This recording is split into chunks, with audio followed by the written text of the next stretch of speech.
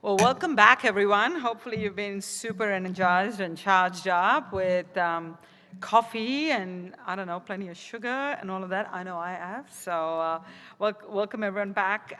It's my absolute pleasure and privilege to introduce Professor Andrew Holmes. Andrew is a great friend, a colleague, and I've known Andrew for a long time. Andrew is at the University of Melbourne in the Bio 21 Institute and School of Chemistry. And Andrew's going to talk today about synthesis of novel materials using continuous flow processes. Andrew, over to you. Thank you very much. I appreciate that. Thank you for the introduction. Ladies and gentlemen, I'm going to talk a little bit about continuous flow processes, which are becoming rather dominant in the approaches to make materials these days. And I'll show you here the outline of the talk. I'm going to talk about, I'll give you an introduction to the process, and then I shall talk a little bit about organic electronic materials, and then move on to some newer results reported by others on hydrogenation and polymers and organosilicon nanoparticles. So the traditional way of doing chemistry, not a very good experiment here, is it, was a batch process, and that has been the core of manufacturing as well. But more recently, microfluidics, and then this continuous flow process where you have, I'll show it in more detail in a minute, pumps and tubular reactors, and the ability to monitor the process is taking over. So you have advantages of controlling heat transfer and mixing, and if you have toxic or reactive intermediates, and at least in low scale, you can work more safely with them. And the ultimate opportunity to be reproducible, because the conditions you dial up are reproducible every time you do the experiment, and so there's not the weakness of human fallibility in not quite reproducing the experiments. And then you can scale these up really quite well now, and that is why they're so attractive. You can start with small scale, develop experimental procedures, then go to pilot scale, and even to manufacturing now. And the beauty also of being able to analyze the reaction mixtures, this is something that's only dawned on me in recent times. One of the weaknesses in using machine learning and AI in chemical processes was this very insufficient data of the reaction coordinates to teach the AI program, machine learning, to use algorithms properly. But now you can analyze in line the reaction mixture as the process is occurring, and that will allow automation to be much more efficient, and that's starting to happen in a number of labs. This is a CSIRO, the Government National Lab in Australia. They've set up a flow chemistry lab and are taking this process very seriously. And you can see here typical flow reactors with pumps and tubular heating. And this is our own setup where you have pumps and you have injector ports. And then here is the tubular reactor, which can be heated. It says hot here. And then you have, just show this schematically. So you have reactants which can be pumped in, and then mixers, and then the heating, and you can have a back pressure reactor to stop any buildup if it gets blocked, and you can put in-line analysis as well before you collect the products. So it really is becoming a very important process in materials and drug discovery and in manufacturing.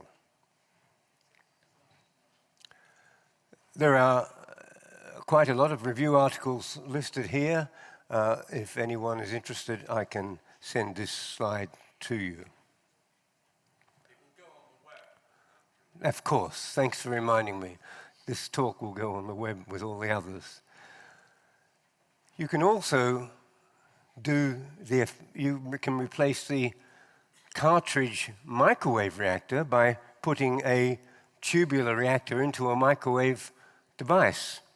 And here you see an example of that where the tubular reactor goes into the microwave device, and so you can carry out microwave processes which have a special facility in heating and controlling heat to carry out chemical processes. And I'll give an example of that in a minute.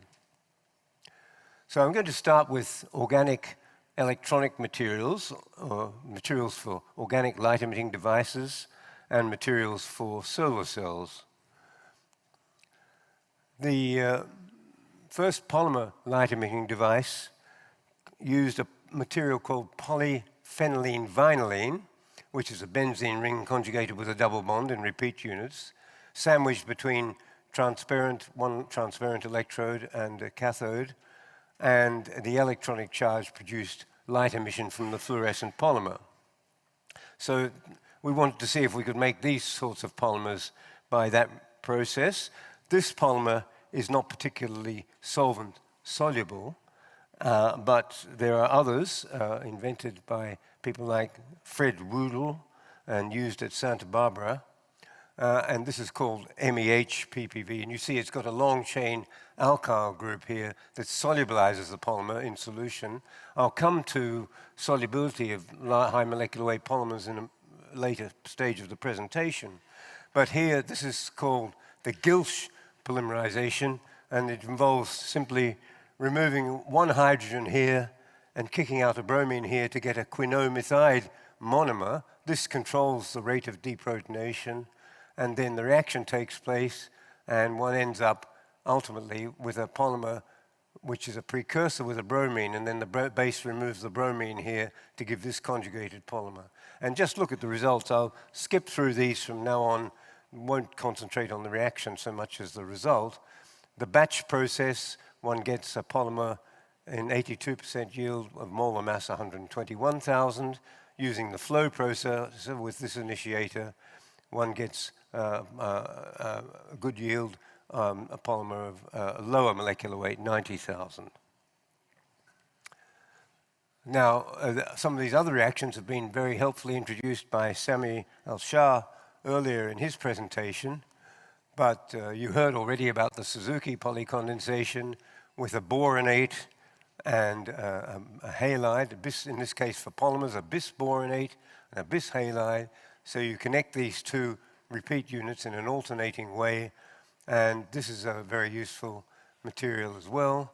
Again, batch result, molar mass 25,000, flow 23,000, and very comparable yields. And these other cross-condensations are all very important for not only light-emitting materials, but also solar cell materials. So the typical solar cell consists, in the early days, they've been improved, and we've heard about perovskites more recently, and they've taken over really the whole technology of solar cells. But the earlier ones had an active layer which absorbed the light, and then the excitation allows the charge to be extracted, positive one way, negative the other way. And the use of a fullerene, as well as the light harvesting polythiophene, that combination was the typical combination for organic heterojunction, bulk heterojunction solar cells. So we spent quite a lot of time in the early days making these materials. Let me just talk about those quickly. These are the light-absorbing kinds of polymers which are good. Polythiophene was the early one, but then people realized that if you had a polymer with a fragment that was a donor, with electron-rich, and an electron-deficient fragment, the donor acceptor polymer has a much narrower homolumo gap, band gap, and that means one can absorb light at the spectrum level of sunlight, with a longer wavelengths of sunlight. So all the modern polymers have a donor acceptor fragment, which makes it much more efficient at light harvesting. But in our early days, when we were trying to develop printed solar cells, we bought polythiophene at $1,000 a gram. So that was quite an expensive. We paid less here. We bought 100 grams for 20,000, so not quite. It's more like $200 a gram. No, yeah, $200 a gram. So, but it can cost, it used to be more expensive. So if we can make it more cheaply by ourselves, that's attractive. And the Stille cross-condensation, similar to the other metal-mediated polycondensations, using this tin compound with a bis halide, gives this donor acceptor polymer in good yield. Again, batch 16,000 molar mass, flow 17,000, 62% in batch, better yield in flow. So just to show you that there's comparability there in the lower molecular weights. Now, one of the problems, which I'll come to in a minute, is that the high molecular weight polymers become insoluble and they can block the whole thing up. So we've got to think of a way around that, and I'll talk about that in a minute. Polythiophene was made by us in quite big quantities by continuous flow because we needed it for our experiments once we'd stopped using the purchased material. This is made by a so-called Kumada cross-coupling reaction. Chemists love having name reactions after the inventor, and so all those reactions I gave you had names of inventors as the host. This is Kumada cross-coupling involves a nickel-mediated cross-coupling between an organometallic species, so you've got two reactive ends, if you like, that the metal can link by inserting here and then inserting there to get the polymer. One of the problems is that the exchange of the halide for the metal is not completely controlled, and one gets more of the magnesium going here because there's no bulky group stopping it getting in, but you still get some going in the wrong side, and that gives you, of course, a material which is got defects in it. And we spent some time studying in batch and in flow these conditions. I'm not going to go into the details. I'll give you a summary slide in a minute. But we did the reaction in flow, as I show here. And we had a couple of different alternative procedures for transmetallation and for cross-coupling. But the beauty of this is that it is a quasi-living polymerization. What do I mean by living? I mean that the chain end is controlled, and the growth of the chain end is determined by the ratio of monomer to initiator. And if that ratio is maintained, one gets a molecular weight which is predicted by the ratio of monomer to initiator. And this is shown in this theoretical line here.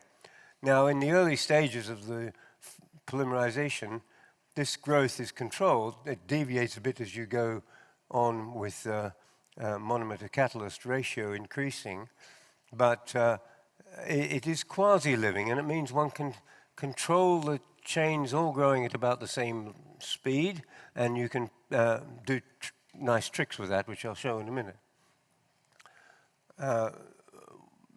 We studied the transmetallation in some detail, and we studied the flow-based reaction as well. And you'll see that some of the experimental results, the batch and flow, really start to get quite close to the theoretical monomer to initiator ratio, which means it's quite close to a quasi-living polymerization. So here's a summary slide. We found that the control of livingness depended on doing a big injection of the mixture because that meant there was less dilution. You can see the dilution spreading out here in the tubes because we couldn't control, the red is the polymer growing, and we couldn't control that ratio as well if we did small injections. But here's the summary, which is, I think, an easier way of describing what happens. We can use continuous flow, and the best combination was either these two nickel catalysts and dichlorobenzene, and we were able to determine that the molar mass is controlled by the ratio of the nickel catalyst to the Grignard monomer. But mixing is really important to get that control, and we can do we can get polymers which show similar device properties from the flow process as we get from the batch process, similar to that. And just to summarize that, you can make, because you can control the growth, you can use up one monomer to get a certain block of polymer, and then you can put another monomer in and get another block, which is really a nice control of polymer synthesis. So here you see an example. Let me point that out. Here the polymers only differ by this one having an attachment on it. So that's controlled, so we can get a controlled size of N and a controlled size of M. And here we have a completely different building block, chain extending the first block with the M block with a different kind of monomer. And that's quite important for, as we saw with donor acceptor polymers, and you might even be able to get a polymer which had the donor acceptor fragment in one bit and then the electron accepting bit in the second bit. Historically, all polymer and organic solar cells used fullerene as the electron acceptor, the one that dragged the electrons out to the electrode. And the fullerenes that turned out to be most useful were first one which is just a 3-membered ring on a fusion between 2 6-membered rings in the fullerene. And the other is this bis adduct of indene, again on the 6-6 junction.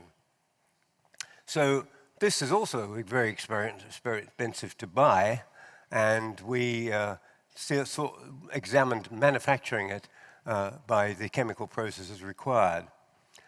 And that process involves using a bis hydrazone to generate a carbene or a diazo compound which decomposes by losing nitrogen and making a carbene. You remember carbenes add to double bonds to give 3-membered rings.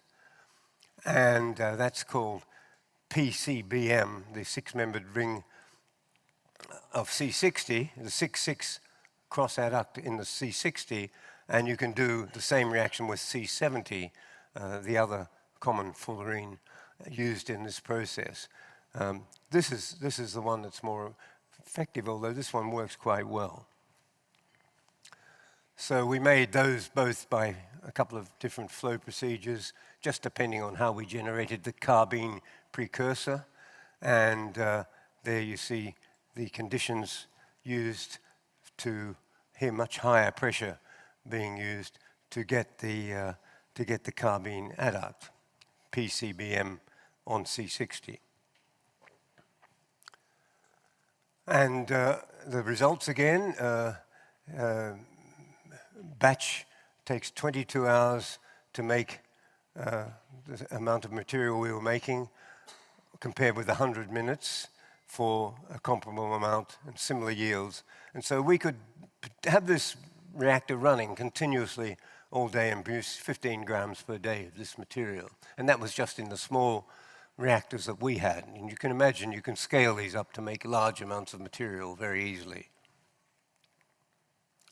And the same result was obtained with the indene adduct, a very interesting chemical reaction in which thermal isomerization makes this reactive dying of the indene, which adds to the single double bond between 2 6-membered rings in the fullerene. That's not a 6-membered ring there, I should 6-membered ring.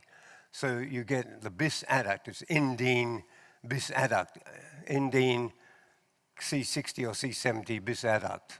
And these are both quite important were important in light harvesting solar cells until people found that you could make very nice electron accepting polymers without, and then they worked as well or better in the end than the fullerenes. So this is historically now a historical result because of the development with polymers being electron accepting materials.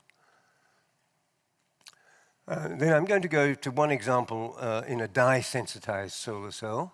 This is now completely superseded by perovskites, which we've heard a lot about at this meeting. But historically, The early dye-sensitized solar cell was a dye based on ruthenium, which accepted light from the sun, was photoexcited, and gave up an electron to a titanium dioxide electrode. And then a redox couple, iodine triiodide, would deliver the electron back to the electron-deficient dye after it's given up its an electron. And so one had a circuit which allowed charge separation and solar cell function. And the open circuit voltage is 700 millivolts here, and so one needs to have an iodine iodide redox couple which will reduce this back to the neutral dye. So that a lot of people were trying to improve this by stopping recombination of the electron from titanium dioxide with the iodide, because that's a short circuit effectively. And there was a big hunt on alternative organic-based dye materials. And the one that emerged for us was this donor acceptor dye, which we called, well, we gave it this long name here. And what we found in collaboration with our colleagues at Monash University was that if one used, instead of iodine triiodide with this dye, if one used a ferrocene-ferrocenium redox couple, then there was less energy required to reduce the dye back from the radical cation to the neutral state, which the ferrocene-ferrocenium couple would do. And because you needed less energy for that, you had, therefore, the chance of improving efficiency and also a higher open circuit voltage, which does determine the dye efficiency, the dye cell efficiency. So this result shows that combination. And the reason I'm talking about this is because I want to show the last step of making this dye, which was to put this fragment onto the end of the chain, which we used flow chemistry to execute the result. And here are some of the results. They're very modest results now by standards, but in those days, getting a dye-sensitized solar cell of 7.5% was really quite some achievement. Now, of course, we've heard the perovskites are up in the 20s, so this has really been superseded. And most of the interest in these dye-sensitized solar cells has declined pretty much to zero. But the synthesis involved the key step at the end, which was to put on to this aldehyde this cyanocarboxylic acid electron withdrawing substituent. That's what makes it the electron withdrawing fragment of the donor acceptor dye. And again, we could do this in flow chemistry using microwave heating. And here is the actual result, experiment. And we were comparing the batch process with the flow process. And we calculated that in batch scale, to make 5 grams of this material would need 72 vials going into this microwave reactor over a total time of 24 hours. And when we did the flow experiment, we could make 5 grams in 12 hours in good yield using the microwave reactor to heat or the flow chamber to heat the material. So I now want to move to some more recent examples of making materials. And this is carrying out hydrogenation. Now you might say, how can you hydrogenate something in flow? Well, the idea is, and this is a CSIRO result, what you do is you put in inside the tube here a stainless steel matrix which carries the catalyst. And so you pump the hydrogen in, or you put the hydrogen in under pressure, and you pump the reactant in, they mix, and then over this catalyst, which has different configurations of stainless steel matrices, you have the catalyst absorbed on the stainless steel, and in continuous flow, you pass the hydrogen reactant mixture over that and then take out the product. So that's quite a nice result. Let me talk a little bit about the catalysts they used. The catalytic static mixture, here's a photograph of a couple of those matrices, which are made by 3D printing to get, using steel, you melt the steel and you get the 3D printing configuration. And here you see the actual schematic representation. There's a hydrogen line, and the reactant mixture goes in through the reactor and comes out. There's the back pressure reactor here to be collected as product. Well, here are some images of the various kinds of catalysts used. There's a cold spray nickel coating on a 3D printed titanium scaffold here, not steel this time, titanium. And then here's the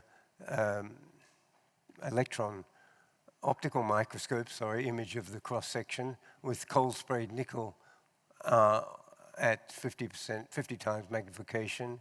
Here's a scanning electron microscope image of electroplated nickel coating on a titanium scaffold. And here is the image of the electroplated platinum coating on a 3D SEM image on a 3D printed scaffold. So here are the results. And we're looking at the partial hydrogenation, in particular, of alkyne to alkene, a reaction known as the Lindlar hydrogenation in the old terminology. And the results are, in this case, the scaffold was laser melted 3D printed stainless steel coated with a BASF catalyst, palladium on titanium silicate. And the results at 4 bar, 100 degrees Celsius, 90% conversion, 90% selectivity, and quite a fast yield, high yield. The similar reaction with this alkyne to the cis double bond, which is the beauty of the Lindlar hydrogenation. Not quite such good results. Here they cold sprayed nickel powder again on a 3D printed stainless steel scaffold. And they had 96% conversion, 80% selectivity, and a much lower space-time yield. But still, very interesting results, I think, to show what you can do with hydrogenation in flow for manufacturing. Now I want to move to polymers, and as I said, the issue of polymer manufacture has been revolutionized by a number of processes which are in the class of living, but they've changed the name to a much longer name. Living polymerization is now called reversible reactivation radical polymerization. I like living much more because it's a much easier concept to understand. But there it is. The Union of Pure and Applied Chemistry has redefined that process. The basic issue is the same as what I described earlier, that the propagating species doesn't do things that stop it growing into a polymer. No irreversible reactions other than addition of one monomer at a time, and all the chains grow at the same time.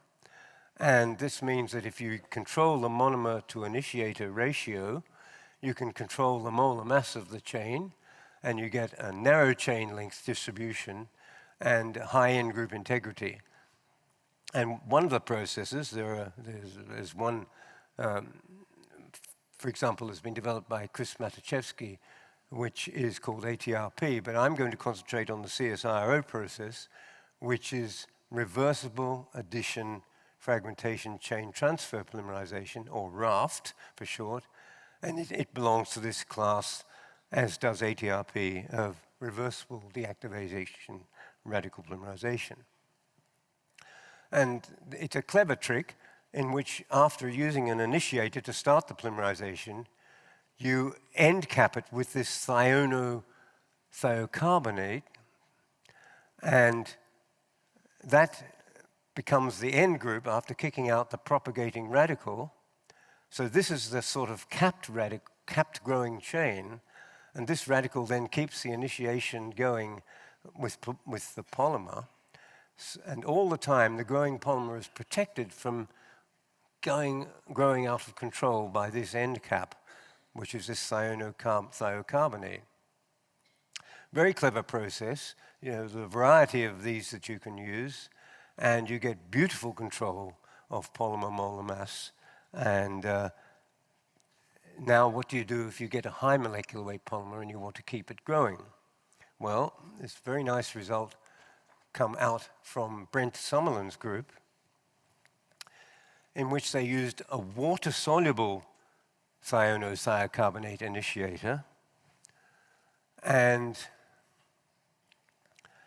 continuous flow, and they used this thiocarbonate both as the chain transfer agent, which is the thing that controls the growth of the polymer, but also as the initiator and this is a recent result worldwide, photoinitiation breaks this up and it starts the polymerization without having to use any other initiator. And they got polymer molar masses over 1 million, which didn't come out of solution, and they enhanced the rate of polymerization. And so, as I've just said, UV irradiation starts the process, and they use this both as a photoinitiator, the chain transfer agent, and the chain terminator. So always that thiocarbonate is the end of the growing polymer chain at the end of the process. And the trick was to use inverse mini-emulsion of water in cyclohexane. Now, in emulsion polymerization, the polymer growth occurs at the interface between the micellar water in cyclohexane interface. So they had to have a water-soluble thiocarbonyl thioinitiator and a water-soluble growing monomer. And they got molar masses of over 1 million. So here's the reactor. You see these LEDs are illuminating a transparent tubing which passes through, and so that's how they initiate it. And they use a water-soluble thiocarbonate, a water-soluble monomer, an emulsion in cyclohexane, and here are the results in batch in black, and in blue and in flow. But the difference is they get a much higher molar mass in batch, and they get a faster polymerization in flow as well. And so that's really quite some breakthrough about how do you make high molecular polymers without them blocking the tube and stopping the whole thing working. And then the final example I want to give is the use of a continuous flow nanoprecipitation method to make mesoporous organosilica nanoparticles. They're called this, MONPS, to deliver insecticides. So you can make the nanoparticle, you can make it permeable, you can, by this flash nanoprecipitation, and then you can fill these with an insecticide reagent, take the silica away, and use that to create particles without silica host anymore, which are tiny nanoparticles for insecticidal use. So that's shown in this next slide, which I think is my second last slide. So this bis-siloxane can be as an emulsion, can be polymerized with this surfactant and this base to give a silica nanoparticle, essentially, which is precipitated out. It's hollow. You can then load it with the insecticide, which is this thiamethoxam, and then you can dissolve the silica away with base and dialysis, and so you get the nanoparticle of the drug without the matrix of the silica. So this is really quite something very interesting. And that is all done essentially in flow. And there is the image of these cavity-sized nanoparticles, 188 nanometers, average size, spherical with a hollow feature. And you can see the narrow dispersity of diameter of the polymers the hydrodynamic size distribution of the silicon nanoparticles. So that's the end of my talk, and I'd just like to acknowledge our collaborators from the earlier work on the organic electronic materials part. The latter part, which I've described to you, is work by other people, and I've acknowledged their contributions at the appropriate place. So I'd like to thank you all very much for listening, and I'm happy to answer any questions.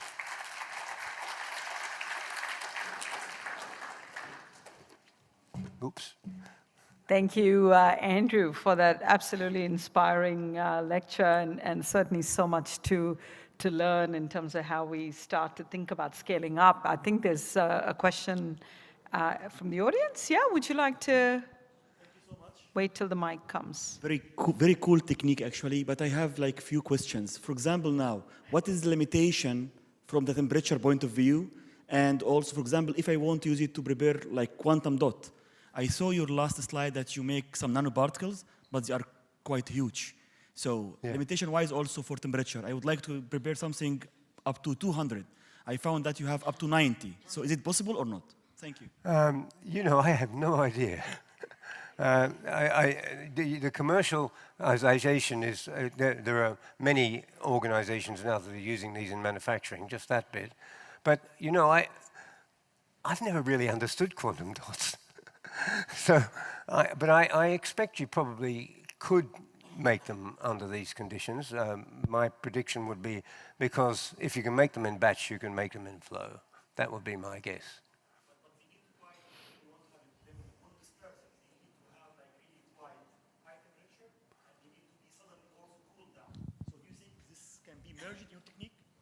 Yeah, I think you'll have to ask Buendi.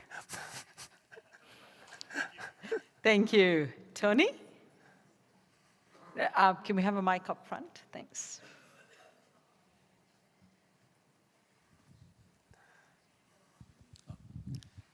Thank you, Andrew, for a beautiful talk. Maybe you said it at the end, because I just had to go out for a moment, but some of the flow things that I've seen, like at MIT and so on, have multi-step reactions and so on, which... In between? Yeah. It's not part of the integral manufacturing process, do you mean? Or do you mean that the reaction is a step process? The reactions are multi-step reactions. Yeah. Is that sort of a normal sort of extension of what you've been talking about? I have seen, I'm aware of the fact that you can have a tandem process in which you can have transformations of different kinds linked together in continuous flow. Yeah. So, but most of them are a one-step transformation rather than that. But you can have sequences in tandem, like a photochemical initiator step plus then perhaps a thermal reaction plus some sort of separation. So it is possible, but we have had some in natural product synthesis, but there are fewer of those than there are in the one transformation kind of process. Yeah, thank you. Thank you. Are there any other questions for Andrew? If not, oh, sorry. One last question, Andrew. Yes. You sort of suggested that the perovskite solar cells have blown everything else out the water, but I think there have been a lot of advances in organic solar cells in recent years. You're right, and they're nudging the 20% or more efficiencies, and they don't have the issue of water sensitivity or the aspect of lead. Yeah. And tin perovskites are not quite as good. So fair enough, but dye-sensitized solar cells have been wiped out by that. But the bulk heterojunction solar cells are still a major part, and particularly polymeric materials or small molecules. Which I think is actually really exciting, isn't it? The advances recent years are really exciting. I agree, but I'm biased. Well, I'm helping you to not sound biased. Oops. That's a fantastic commentary, and thanks so much for everyone to getting involved. And please join with me in thanking Andrew.